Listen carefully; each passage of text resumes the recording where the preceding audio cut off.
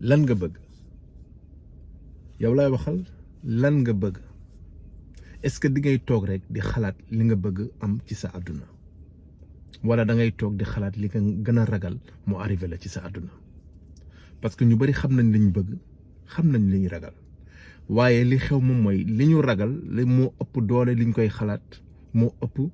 tamit énergie bi ñu koy jox que li ñu bëgg de ce fait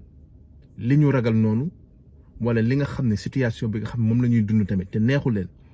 ñu nekk di ko xalaat di ko mettitlu di ko jàmbat di ko xunt loolu la ñuy gën a gis muy répété wu ci seen live wala loolu la ñuy gis muy am suba ci li ñu nar a jànkonteel ci seen àdduna donc del xalaat li nga bëgg concentré wul di xalaat li nga bëgg te li nga xam ni bëggloo ko ni nga koy fàttee rek ni nga koy fexee ba loolu du la sonal rek moom mooy nga ëpp li ngay xalaat di xalaat li nga bëgg ndax sa xalaatu tey jii nii mooy doon sa résultat wu suba donc énergie bi ngay jox sa xalaatu tey jii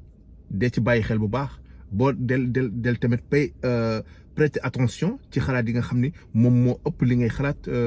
à la longueur de la journée ok donc lii laa bëggoon tey jii nga xam ko say xalaatu démb yi ñoo indi sa résultat wu tey jii nii mu neex la wala mu naqari la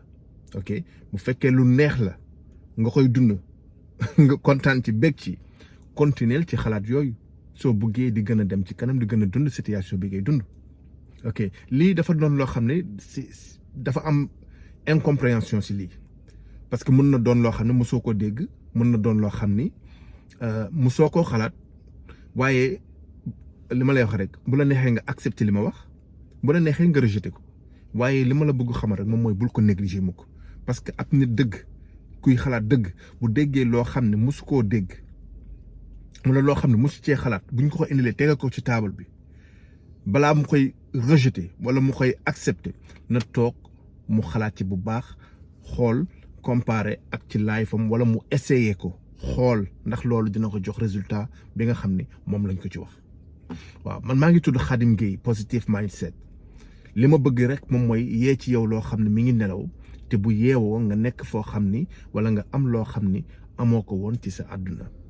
loolu kese la ndax àdduna sottante la ak jokkalante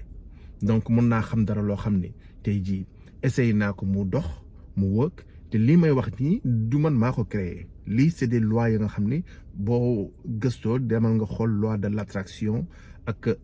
la loi de l'attraction bi nga xam ni day wax ni nit doonul dara lu dul ki mu doon ci biir rek moom lay doon ci biti donc nañ ci bàyyi xel bu baax Khadim Gueye la woon Positive Mindset si tu as aimé cette vidéo bu fekkee vidéo bi neex na la wala bëgg nga vidéo yu bari yu mel nii abonné ci sama chaîne bi nga like wala après tamit nga partager ok ak ñi nga xam ne say am di jàmm la comme que vidéo bi liñ ci bëgg rek jublu rek moom mooy tasaare loo xam ne peut-être yeggul woon ci yow nga bàyyi ci xel waxuma nag nga accepter ko waxuma ne it nga rejeter ko waaye bul ko négliger peace and love bye